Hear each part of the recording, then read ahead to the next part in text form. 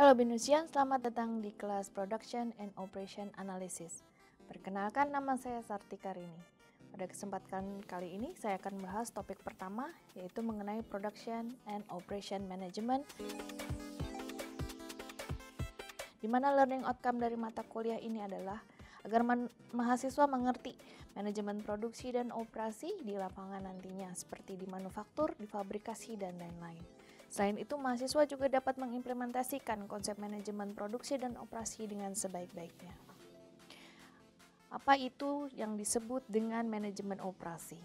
Yaitu merancang, mengoperasikan, dan meningkatkan produktif sistem dalam suatu pekerjaan.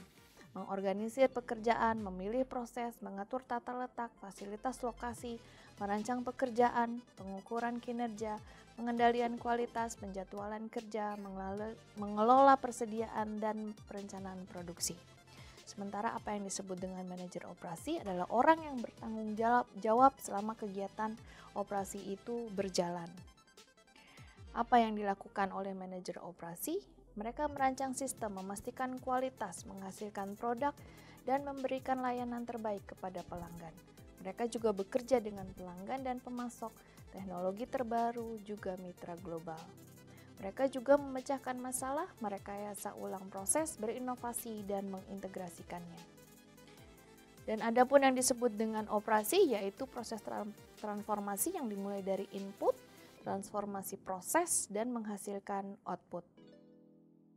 Proses transformasi, physical, lokasional, exchange, psikological, dan informasional. Dan adapun fungsi-fungsi operasi terdiri dari Departemen Operasi, Departemen Pemasaran, Departemen Keuangan dan Akuntansi, juga sumber daya manusia.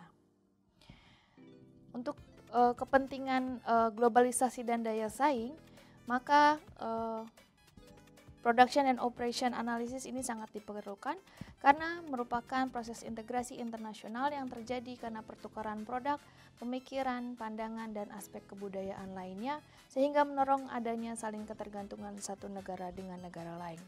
Sementara daya saing merupakan suatu keunggulan atau pembeda dari yang lain, di mana terdiri dari keunggulan komparatif dan keuntungan kompetitif dalam entitas tertentu.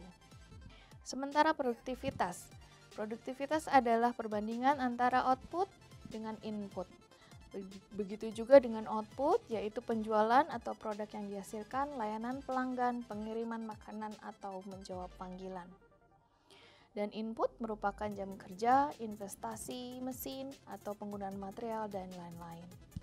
Adapun cara mengukur produktivitas sendiri terbagi 3, yaitu produktivitas tunggal, produktivitas multifaktor, dan produktivitas keseluruhan.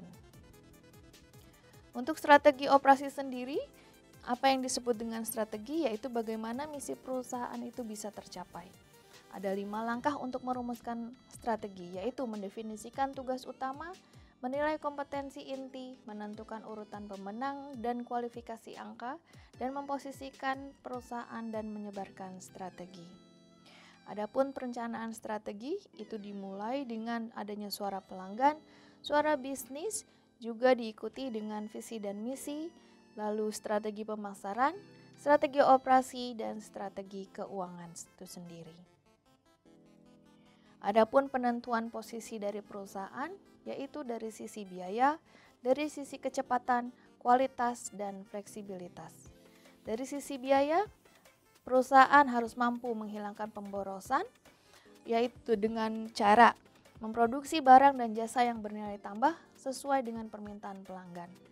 Yang kedua, dengan pemeriksaan struktur biaya, dengan melihat struktur biaya apa-apa saja yang dapat dikurangi. Dan juga mengimplementasikan lean production dengan mempersiapkan biaya rendah melalui disiplin operasi.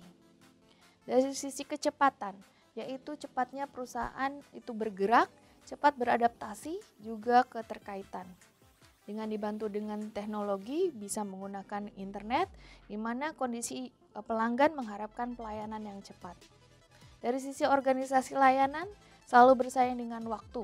Dari sisi manufaktur, waktu berdasarkan daya saing, produk sesuai pesanan, dan efisiensi rantai pasok.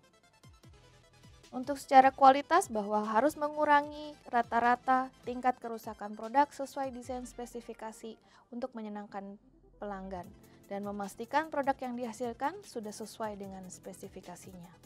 Sementara untuk fleksibilitas adalah kemampuan untuk menghasilkan berbagai macam produk untuk memperkenalkan produk-produk baru dan memodifikasi dengan yang sudah ada dengan cepat dan untuk merespon kebutuhan pelanggan.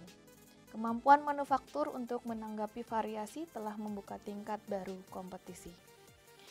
Dari topik pertama ini dapat disimpulkan bahwa setiap perusahaan harus mampu memahami konsep manajemen produksi dan operasi serta produktivitas yang telah dirancang.